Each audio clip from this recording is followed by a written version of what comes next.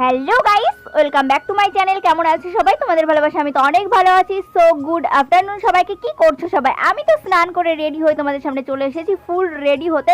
তো দেখো, ফার্স্টে ফাউন্ডেশন দিয়ে, তারপর ফেসে পাউডার দিয়ে সেট করে নিয়েছি, এরপর আইব্রো ড্র করে নিচ্ছি। তো আজকে হালকার মধ্যে একটু সেজে নেব।